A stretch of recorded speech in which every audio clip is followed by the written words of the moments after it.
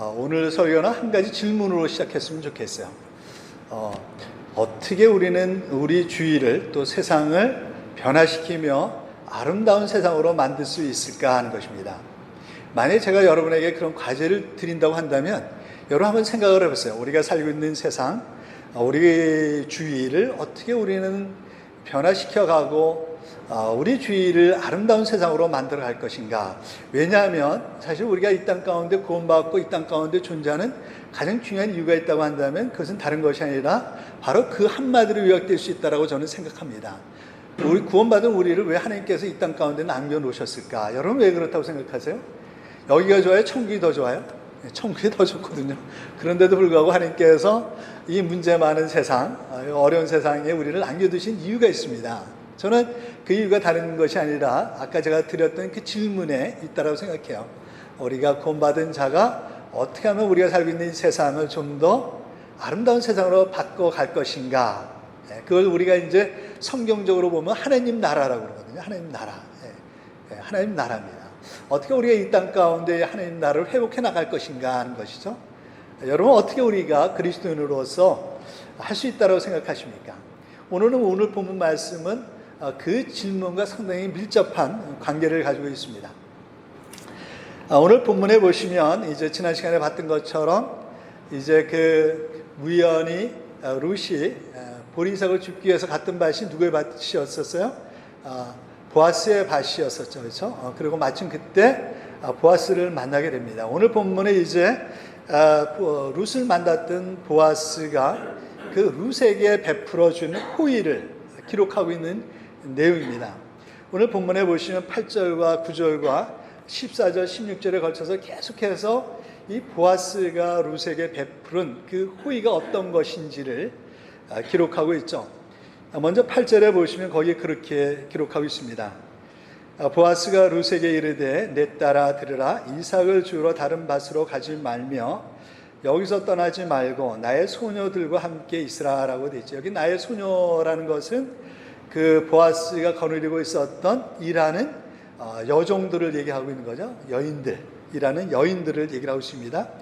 여기서 보시면 룻에게 그렇게 얘기를 하죠. 다른 데 먼 데 갈 필요가 없다. 여기서 나를 위해서 일하고 있는 여종들과 함께 이삭을 주라라고 배려해 주고 있는 것을 볼 수가 있습니다. 또 9절에 보시면 특별히 남자 일꾼들에게는 뭐를 당부하고 있습니까?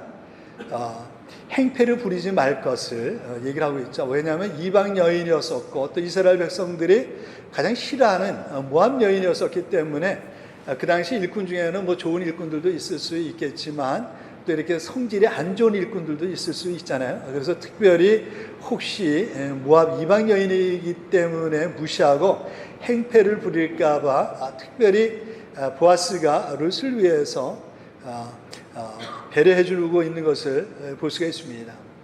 그 다음에 이제 또 9절에 보시면 목이 마르거든 그릇에 가서 소년들이 기러온 물을 마시라라고 얘기를 하죠. 우리가 보기에는 뭐 별로 중요한 것 같이 생각되지 않지만 이 당시에는 사실 물이 상당히 귀한 시대였었거든요. 함부로 주지 않습니다. 그래서 먹을 만큼의 양을 준비해 가지고 먹고 그러는데 여기서 보시면 그 물도 필요하면 주라라고 얘기를 하고 있죠. 또 14절에 보시면 또 뭐를 배려하고 있습니까? 14절에 보시면 식사할 때가 되었을 때 이 보아스가 룻에게 뭐라 그래요? 딴 데 가서 먹지 말고 일리 와서 가까이 와서 같이 먹으라고 초대를 합니다. 이건 상당히 쉽지가 않은 거거든요. 사실 여기를 보면 이 보아스가 성품이 참 좋은 사람이라는 걸 알 수가 있습니다. 주인인데도 불구하고 종들과 함께 일하는 일꾼들과 함께 식사를 하고 거기다가 또 이방 여인이었었던 룻을 특별히 그 식사 자리에 초대하고 있는 것을 볼 수가 있습니다. 그리고 보면은 풍성하게 먹이죠. 풍성하게 아끼지 않고 풍성하게 먹이는 것을 볼 수가 있습니다. 그 다음에 이제 16절에 가면 종들에게 뭘 당부하냐면 너희들은 이삭을 거둘 때 묶을 때 다 묶지 말고 뭐 하라고 그래요? 일부를 흘리라고 얘기를 합니다. 왜 흘리라고 그러는 게 룻이 주워서 풍성하게 가지고 갈 수 있도록 얘기를 하고 있습니다. 이런 것을 보면 이 보아스가 룻에게 특별한 배려를 하고 있는 것을, 호의를 베풀고 있는 것을 볼 수가 있습니다. 이것이 얼마나 그 룻을 감동시켰는지는 10절에 보시면 거기에 대한 룻의 반응을 통해서 알 수가 있어요. 10절에 보시면 룻이 그 보아스가 자기에 베풀어진 이 호의에 감동을 해가지고 이렇게 얘기를 하죠. 10절에 보시면 그렇게 얘기를 합니다. 나는 이방 여인이거늘 당신이 어찌하여 내게 은혜를 베푸시며 나를 돌보시나이까. 여기 보시면 중요한 단어가 뭐냐면 어찌라는 단어와 은혜라는 단어예요. 뭘 얘기를 하고 있는 게요? 나는 이방 여인인데, 나는 모든 사람들이 무시하고 가까이 하기를 싫어하고 안 좋아하는 이방 여인인데 어떻게 당신은 다른 사람들과 다르게 나에게 특별한 은혜를 베푸십니까? 어찌하여라는 거예요. 어찌하여. 전혀 뭐예요? 전혀 예상하지 못했던 대우를, 배려를, 호의를 지금 보아스가 룻에게 베풀고 있는 것에 대해서 얘기를 하고 있는 거예요. 그것을 지금 룻은 뭐라고 얘기를 하고 있습니까? 은혜라고 얘기를 하고 있어요.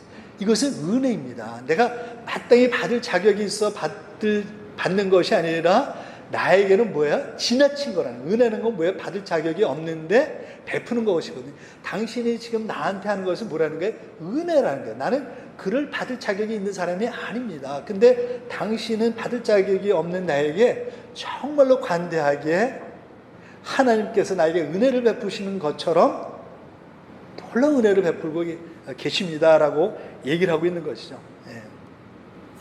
근데 여기서 우리가 한 가지 질문할 게 있어요. 왜 보아스가 룻에게 이런 은혜를 베풀고 있느냐는 거예요. 사실 이 룻기에서 중요한 것은 은혜거든요. 은혜. 이겁니다. 룻기에서 결국 하는 것은 하나님의 은총이 어떻게 사람들 사이에서 이어져 가고 있는가를 얘기하는 거거든요. 룻기의 주제는 은총입니다. 은총. 회복의 은총이거든요. 근데 우리가 여기서 이 보아스가 어떻게 이 하나님의 은총인데요, 어떻게 룻에게 베풀고 있느냐는 것이죠. 여러분, 왜 그렇다고 생각하십니까? 어떤 생각 때문에, 어떤 동기로? 한번 생각을 해보세요. 왜 보아스가 그랬을까요? 저는 맨 처음에 생각하기에 그 보아스가 룻에 대한 특별한 관심이 있었던 것이 아닌가 하는 생각을 했어요. 한 걸 보면 정말로 남자가 어떤 자기에게 특별한 관심이 있는 여인에게 하는 것처럼 정말로 세심하게 자상하게 배려하고 있는 모습을 보지 않습니까? 그래서 저는 맨 처음에 봤을 때 이 보아스가 혹시 룻에 대한 어떤 이성적인 관심과 호기심 때문에 그런 것이 아닌가라고 생각을 했어요. 여러분은 어떻게 생각하세요? 그런 가능성이 충분히 있지 않습니까? 그러지 않으세요? 그런데 사실은 우리가 이 룻기를 보고 거기에 관련된 성경 말씀을 좀 더 연구해 보면 결코 그렇지 않다는 사실을 알게 돼요. 특별히 룻기를 보면 이제 나중에 가보면 알겠지만 우선 뭐냐면 나이 차이가 너무 많이 난다는 게, 보아스하고 룻하고 나이 차가 상당히 많이 납니다. 그래서 어떻게 알 수가 있냐면 여기 보시면 8절에 룻을 부를 때 뭐라고 불러요? 8절에 보시면 보아스가 룻을 부를 때 뭐라고 그러냐면 내 딸아 들으라 그래요. 내 딸아 들으라. 무슨 얘기를 하고 있습니까?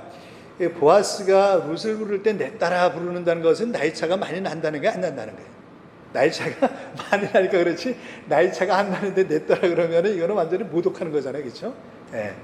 나이 차가 많이 나는 게, 그것을 또 알 수 있는 게 뭐냐면 이란의 일꾼들을 부를 때 뭐라 그래? 나의 소년과 소녀라고 불러요. 이건 어느 때 부르는 거냐면 나이가 많은 주인이 나의 그 일꾼들을 부를 때 부르는 호칭입니다. 나의 소년, 나의 소녀들이라고 부르는 것은 뭐냐면 주인이 나이가 어느 정도 있었을 때 그 종들을, 일하는 일꾼들을 부를 때 남종은 나의 소년들, 여종은 나의 소녀들이라고 부르거든요. 이런 것을 보면 나이 차이가 많다는 것을 알 수가 있고요. 또 특별히 보아스가 어떤 이성적인 관심 때문에 그렇지 않다는 것을 알 수 있는 이 근거 중에 하나는 뭐냐면 나중에 이제 보아스가 나오미와 룻의 기업을 무르기 위해서 결혼을 이제 하게 되는데, 그때 자기가 선택권이 있었음에도 불구하고 자기가 먼저 선택하기보다는 어떻게 합니까? 기업 물을 자가 있는 사람에게 선택권을 양보를 해요. 그래서 혹시 다른 사람이 룻에 대해서 관심이 있고 그와 결혼하고 싶은 사람이 있으면 먼저 결혼하라고 양보를 합니다. 그러니까 이것은 보아스가 룻에 대해서 특별히 관심을 가지고 있는 것은 어떤 이성적인 관심이나 꼭 그에게 이성적인 관심을 갖고 결혼하기 위해서 하는 것이 아니라 그런 생각 때문에 하는 것이 아니라는 사실을 알 수가 있습니다. 그렇다고 한다면 저는 그렇게 생각을 해요. 저는 맨 처음에 그렇게 생각을 하다가 그렇지 않을 수가 있겠구나 하는 생각을 했습니다. 또 우리가 생각할 수 있는 것은 보아스의 성품을 생각할 수가 있는 것 같아요. 사실 보면 보아스는 성품이 참 좋은 사람인 것을 알 수가 있죠. 그렇죠? 보아스는 성품이 참 좋은 사람이에요. 저는 보아스가 성품이 좋았기 때문에 그럴 수 있다는 사실에 대해서 저는 반대하지 않습니다. 그러나 그것만을 가지고 생각하기에는 보아스가 룻에게 베푼 이 호의는 좀 뭔가 다른 것 같아요. 좀. 여러분 그렇게 생각하지 않습니까?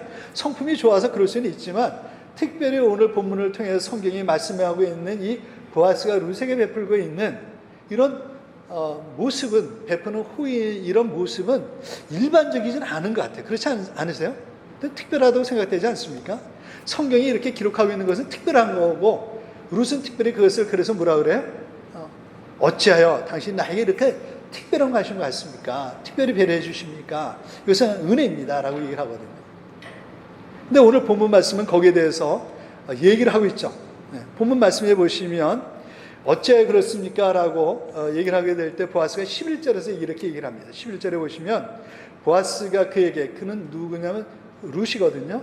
보아스가 이르되 내 남편이 죽은 후로 내가 시어머니에게 행한 모든 것과 내 부모와 곡을 떠나 전에 알지 못하던 백성에게로 온 일이 내게 분명히 알려졌느니라. 여기 보시면 보아스가 왜 그렇다는 것을 알 수가 있어요.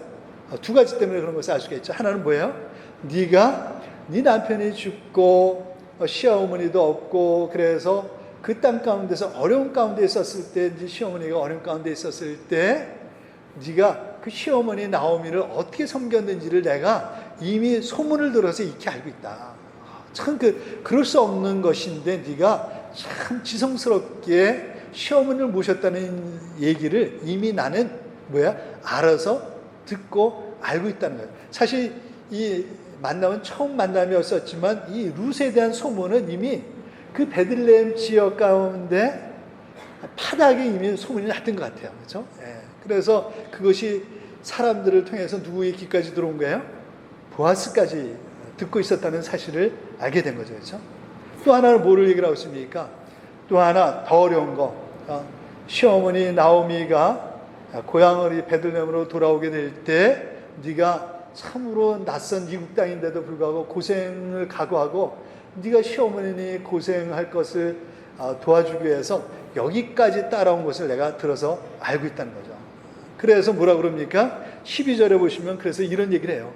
여호와께서 내게 행한 일에 보답하시기를 원하며 이스라엘의 하나님 여호와께서 그의 날개 아래 보호를 받으러 온 내게 온전히 상 주시기를 원하노라.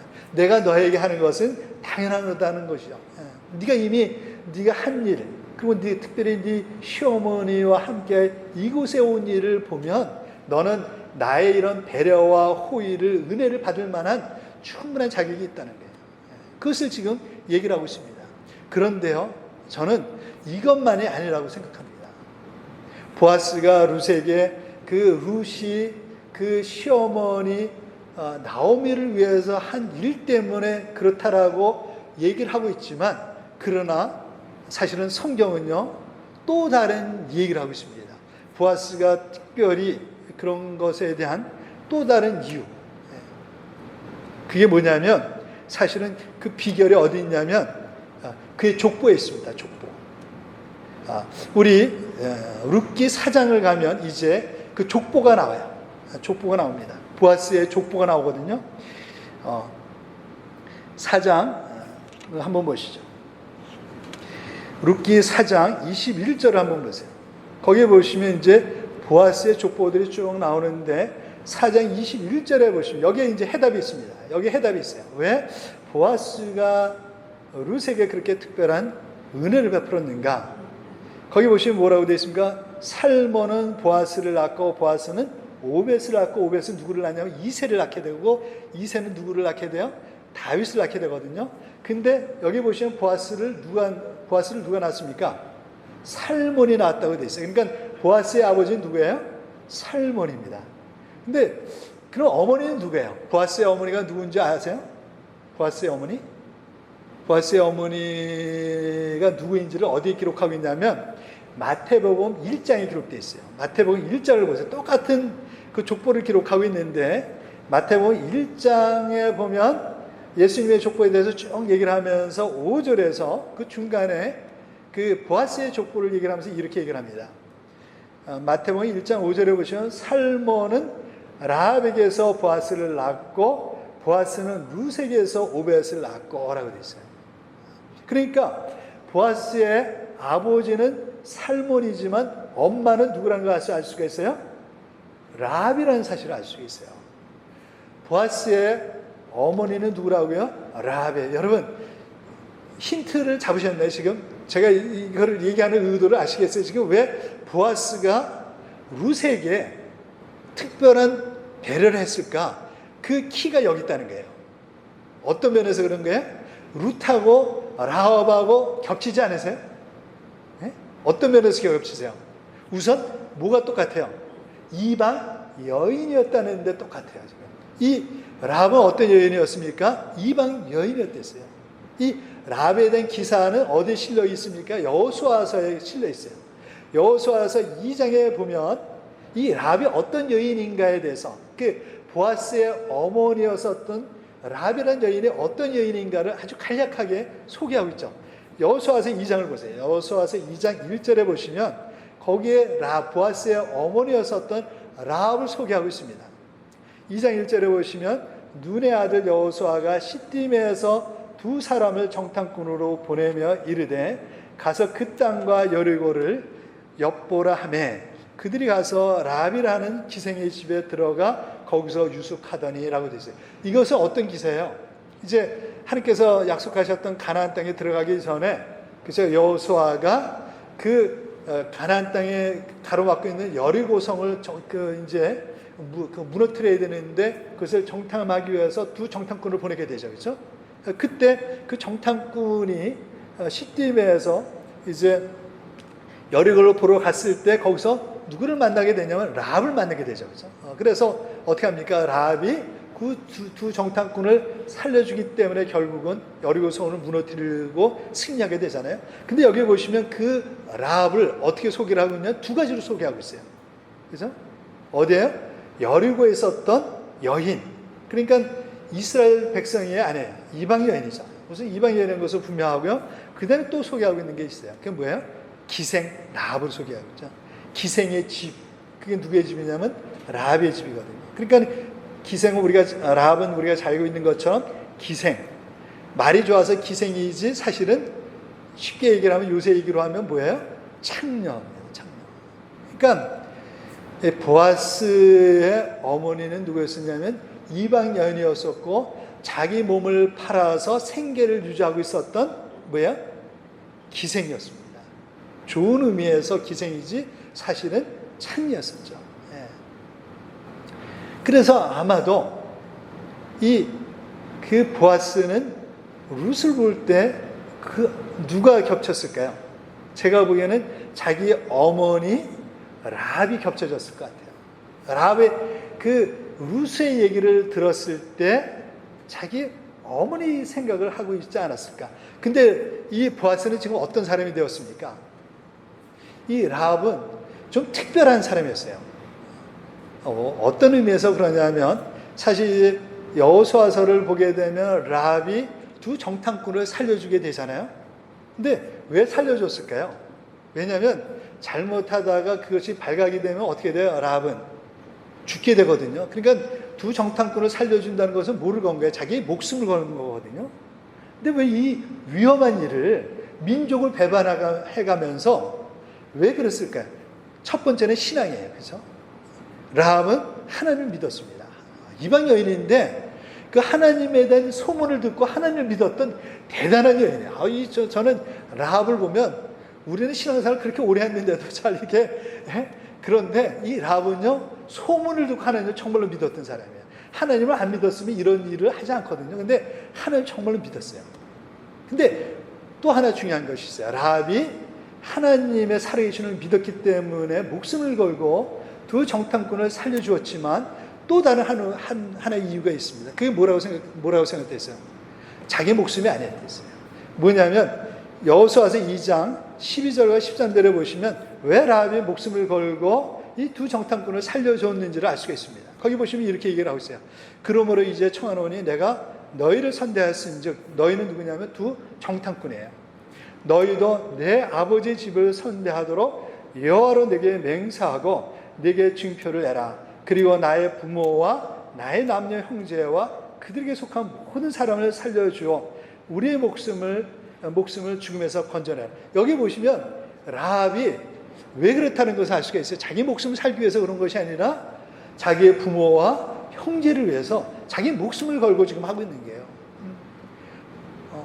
내가 혹시 만약에 당신들을 숨겨주다가 죽을지 모르지만 꼭 기억하십시오. 우리의 부모님이 계십니다. 우리 형제들이 있습니다. 우리 가운데 이고 있는 사람들이 있습니다. 그 사람들을 꼭 살려주십시오.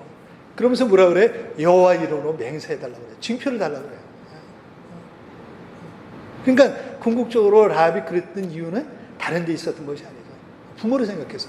그래서 저는 생각하기에 라합이 기생일을 한 것도 저는 혹시 성경에 없기 때문에 이것은 제 추측이지만 가족을 위해서 그런 것이 아닌가. 경제적으로는 너무나 가족이 힘들고 어려우니까 그 당시에 마지막 수단이 뭐냐면 자기 몸을 파는 거거든요. 그래서 저는 생각하기에 그 당시 이 기생일은 가장 아주 사회적으로 비천한 직업이기 때문에 최후의 생계 수단이었습니다. 그래서 제가 보기에는 이런 의식이 있었고 참 저는 이 라합이 의식이 있는 여인이었다고 생각해요. 이런 의식이 있었던 여인이 왜 천대를 받는 그 가장 안 좋은 손가락질을 받는 기생 창녀가 되었을까? 저는 그 이유가 다른 데 있었던 것이 아니라 경제적으로 궁핍하고 어려운 가운데 있었던 가족을 살리기 위해서 마지막 수단으로 했던 것이 아닌가 하는 생각을 하게 돼요. 성경이 없기 때문에 장담하지는 못합니다. 제 추측입니다. 근데 중요한 것은 그것이죠. 그런데 어떻게 됐습니까? 지금 그의 아들이었었던 보아스는 어떤 사람이 됐어요? 그리고 이제 마침내 여호수아가 이제 여리고성을 무너뜨리고 아이성도 나중에 이제 무너뜨리고 하나님께서 약속하셨던 가나안 땅에 들어갔을 때 어떻게 해요? 이 정탐꾼들이 그 라합에게 했던 약속을 기억하고 어떻게 합니까? 그 가정을 살려주거든요. 근데 단지 살려준 것만 아니라 라합을 어떻게 해요? 이스라엘 백성 가운데 받아들이게 됩니다. 그리고 라합은 누구랑 결혼하게 돼요? 누구랑 결혼했습니까? 살몬이라는 사람하고 결혼하게 되거든요. 이스라엘 사람이에요. 그러니까 이스라엘 부족 가운데 받아들이게 됩니다. 이방 여인을. 그리고 그에게서 누가 태어나게 되냐면 보아스라는 사람이 태어나게 되고요. 보아스는 어떤 사람이라고 소개했어요? 2장 첫 머리에서 보아스는 베들레헴 지역의 어떤 사람이라고요? 유력한 자. 하나님께서 보아스 라합을 축복하시고 보아스를 축복하셔서 어떻게 했어요? 잘 사는 집안이 됐어요. 아주 믿음도 좋고 선한 영향을 끼칠 수 있는 잘 사는 집안이 됐어요. 누구의 은혜예요? 보아스는 그것을 생각하면서 누구의 은혜라고 생각했을까? 이거는 하나님의 은혜라는 거죠.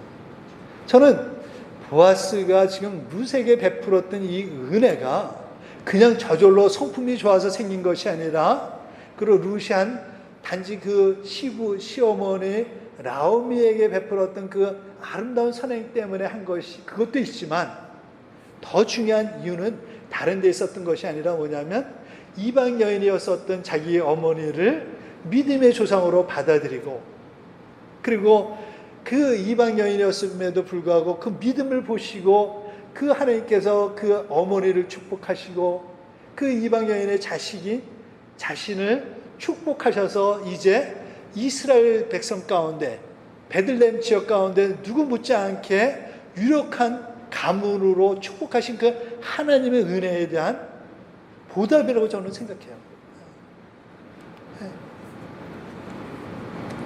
사실 이 룻기는요, 이 은혜의 흐름입니다. 우리가 룻기가 참 아름다운 이유는 뭡니까? 룻기를 읽어보면 참 마음이 따뜻해지고 아름답지 않습니까? 여기 룻기를 보면 사실은 룻기가 아름다운 이유는 뭐냐? 이 은혜의 흐름이에요. 하나님의 은혜가 사람들을 통해서 흐르고 있습니다. 그렇죠? 맨 처음에는 누구예요? 나오미를 통해서.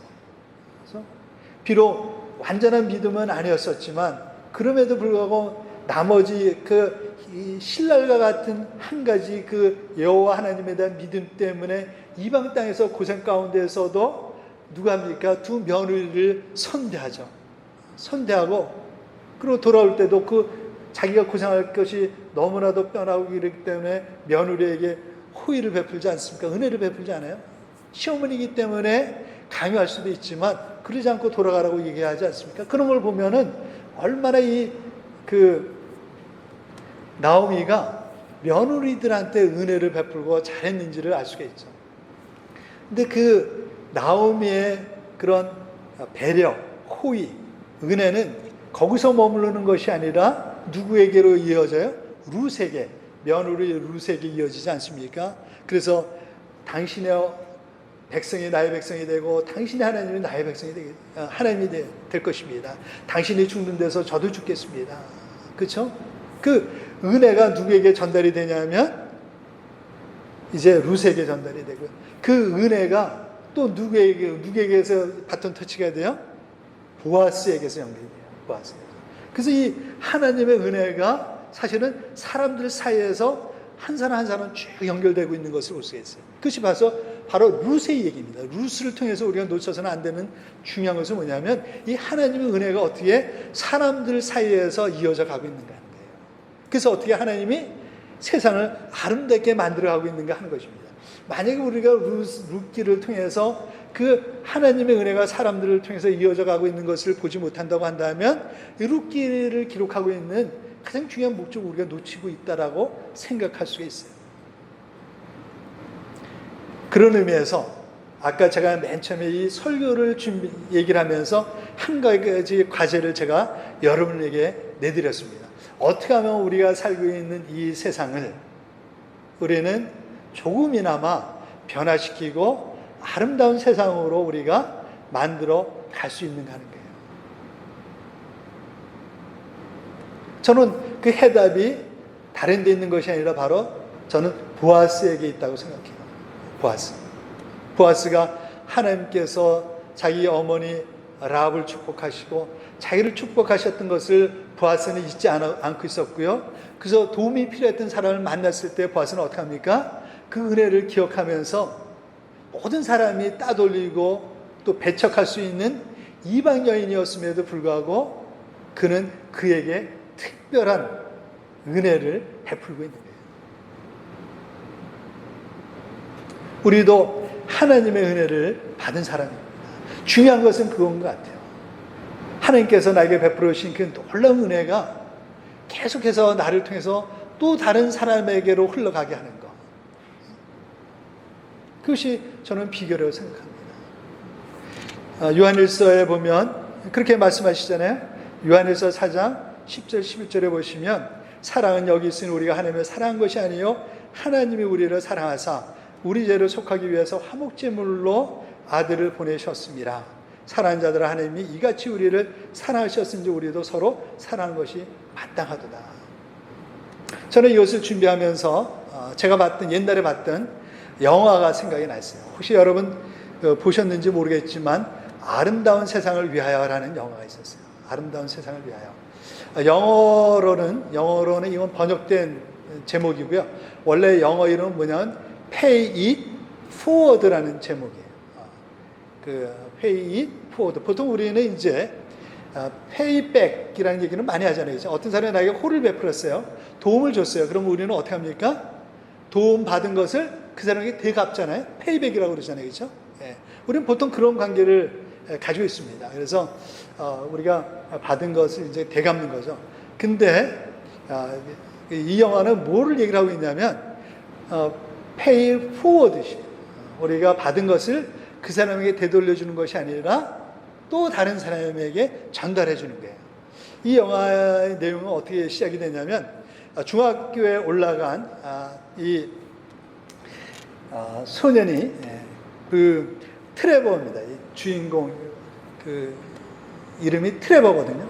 트레버가 중학교에 이제 올라가서 첫 수업 시간에 사회 시간인데 그때 그 선생님이 과제를 제가 말씀드렸던 것처럼 과제를 냅니다. 첫 번째 과제가 그것이었어요. 우리가 어떻게 하면 이 세상을 변화시키고 새로운 세상, 아름다운 세상을 만들 수 있을까? 그 과제를 냅니다. 그래서 그것을 그 아이디어를 우리가 세상을 바꿀 수 있는 방법 그리고 그것을 실천할 수 있는 방법을 생각해가지고 오라는 거예요. 과제를 냅니다. 그때 이 트레버가 그것을 진지하게 고민하다가 다른 애들은 그냥 우습게 넘어갔는데 얘는 그것을 진지하게 생각합니다. 생각하면서 제시한 것이 뭐냐면 pay it forward예요. 그래서 이제 얘기를 하는 거죠. 나서부터 시작한다는 거예요. 내가 다른 사람, 세 사람에게 그 도움을 베풀고 그 나의 도움을 받은 세 사람이 또 다른 사람에게 나에게 받은 도움을 세 사람에게 또 전달을 하고 그러면 세상은 바뀔 수 있습니다. 라는 거예요. 여러분 어떻게 생각하세요? 내가 받은 도움을 그 사람에게 페이백을 하면 거기서 머무를 수밖에 없어요. 그런데 그러지 않고 그것을 다른 세 사람에게 전달해 주게 되면 그 맨 처음에 한 사람에게서 시작했던 것이 세 사람이 되고 세 사람이 그 다음에 가면 몇 사람이 돼요? 9사람이 되죠. 그렇죠? 9사람이 그 다음에 가면 몇 사람이 돼요? 27명이 되게 되고 그래가지고요 이것이 10단계를 가게 되면 계산을 했었는데 이게요 20단계를 거치게 되면요 몇 명이 되는지 아세요? 10억이 돼요. 100억이 돼요. 100억이. 20단계를 가게 되면 34억인가 되고요. 21단계가 되면 100억이 돼요. 엄청나게 늘어나게 됩니다. 그러니까는 만약에 이 트레버가 제안한 방식대로만 모든 사람이 멈추지 않고 실천하게 된다고 한다면 21단계가 가기 전에 세상은 어떻게 될 수 있다는 거예요? 아름답게 변화될 수 있다는 거예요. 근데 문제는 뭐냐면 이것이 쉬울까요? 어려울까요? 문제는 이것이 쉽지 않다는 거예요. 이 트레버가요 하다가 좌절을 끼게 돼요. 하는데 이 만만치 않은 거예요. 어려움이 있는 장애물들이 있는 거예요. 그래서 이 트레버가 나중에는 포기하게 되고 좌절하려고 해요. 근데 그 작은 불씨가 사람들의 소문과 소문을 통해서 전달되기 시작을 하게 되고요. 거기에 도전을 받아서 그것을 실천하는 사람들이 알게 모르게 생기게 됩니다. 근데 이 트레버는요, 나중에 그 자기 친구를 도와주려고 하다가 그 깡패에 칼에 맞아서 결국 죽게 돼요. 그런데 거기서 끝나지 않아요. 얘는 비록 그것 때문에 실천하려고 하다가 죽게 되지만 그 얘기를 자기 삶 가운데 도전하려고 했던, 실천하려고 했던 많은 사람들을 통해서 알게 모르게 전파되기 시작해요. 그래서 나중에 얘가 죽었던 그 집에 앞에 많은 사람들이 얘를 추모하면서 촛불로 이렇게 그의 죽음을 보냅니다. 그런 것 같아요. 중요한 것은 그것입니다. 저는 성경의 원리라고 생각해요. 주님께서 우리에게 말씀하신 것. 그러면 너희는 가서 모든 족속으로 제자를 삼아. 그렇죠? 요한일서 4장 10절과 11절에 주님이 우리에게 말씀하십니다. 사랑은 여기 있으니 우리가 하나님을 사랑한 것이 아니요 하나님이 우리를 사랑하사 우리 죄를 속하기 위하여 화목제물로 그의 아들을 보내셨습니다. 그러면서 말씀하시기를 뭐라고 말씀하십니까? 사랑하는 자들아 하나님이 이같이 우리를 사랑하셨은지 우리도 서로 사랑하는 것이 어떻게 해요? 마땅하다. 여기서 얘기하고 있는 것이 뭐예요? 사랑은 어디 있습니까? 우리가 하나님을 먼저 사랑한 것이 아니라 하나님 우리를 먼저 사랑하셨어요. 어떻게 사랑하셨어요? 자기의 하나밖에 없는 사랑 독생자 예수 그리스도를 보내주셨어요. 그러신 목적이 뭐라는 거예요? 여기 보시면 그 동일한 사랑을 받은 우리가, 은혜를 받은 우리가 어떻게 하기를 원하신다는 거예요. 하나님은 우리를 사랑하신 그 사랑으로 우리는 어떻게 해요? 하나님을 사랑하고 이웃을 사랑하기를 원하신다는 것이죠. 하나님은 어떻게 보면 우리가 하나님을 사랑하는 것보다는 어느 걸 더 기뻐하실까요? 저는 그렇게 생각해요. 우리가 하나님을 사랑하는 것, 그것은 그 이웃 사랑이거든요. 하나님 사랑은 공허한 것이 아닙니다. 하나님의 사랑은요, 이웃 사랑하는 거예요. 우리가 하나님을 사랑한다면 그것이 뭐로 나타나야 돼요? 이웃을 위한 사랑으로 나타나요. 하나님 우리를 사랑하신 것처럼 조건 없이 페이백을 받을 것을 생각하면서 하는 것이 아니라 내게 은혜를 베풀어 준 사람에게 다시 갚기 위해서 은혜를 받는 것이 아니라 어떻게 해요? 다른 사람에게. 저는 그것이 필요하다고 생각해요. 우리가 어떻게 하면 조금이나마 우리 주위를 아름다운 세상으로 바꾸어 갈 수 있을까? 좀 더 살기 좋은 세상으로 바꾸어 갈 수 있을까? 저는 그것이 다른 데 있는 것이 아니라 트레버가 제안했던 것. 저는 그것이 성경적이라고 생각합니다. 내가 만나는 사람들에게 조금이라도 힘든 사람에게 내가 도움이 될 수 있다고 한다면 하나님의 은혜를 기억하고 조금이나마 갚는 심정으로 그것을 실천할 때 조금씩